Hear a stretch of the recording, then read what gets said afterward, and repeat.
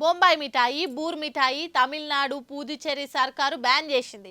అవిటిని నమ్మినా తయారు చేసినా వాళ్లకు కఠిన శిక్ష వేస్తారని చెప్పినాం కదా. అది చూసి ఇంకో రాష్ట్రంలో కూడా గదే బాట పట్టిందట. ఎవలాళ్ళు ఏం కథనో చూడురి. పీస్ మిఠాయి పాడుగాను పిల్లగాళ్ళ గండాన పాడైంది కదా. పాపిస్టోలు పాడు కెమికల్స్ కలిపి ఆ గులాబీ రంగు వచ్చేటట్టు పీస్ మిఠాయి గదే కాటన్ క్యాండీ తయారు చేస్తున్నారట.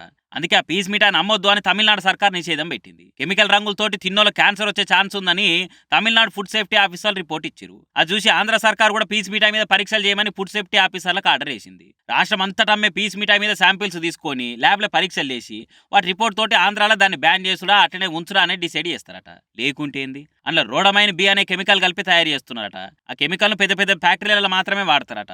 అంటే బట్టలకు డ్రైయింగ్ కలర్ల, ప్రింటింగ్ మిషన్ క్యాటరేజ్ కలర్ల వాడతారట. గసొంటి దాన్ని తెచ్చి పోరగాలు తినే వాటిలో కలిపి అమ్ముతున్నారట. అది తింటే తీయగుండుడేమో కానీ తిన్నోళ్ళే పోయే కథ అవుతుందట. అందుకే వాటిని నిషేధం పెట్టి తమిళనాడు పుదుచ్చేరి సర్కారోళ్ళిగా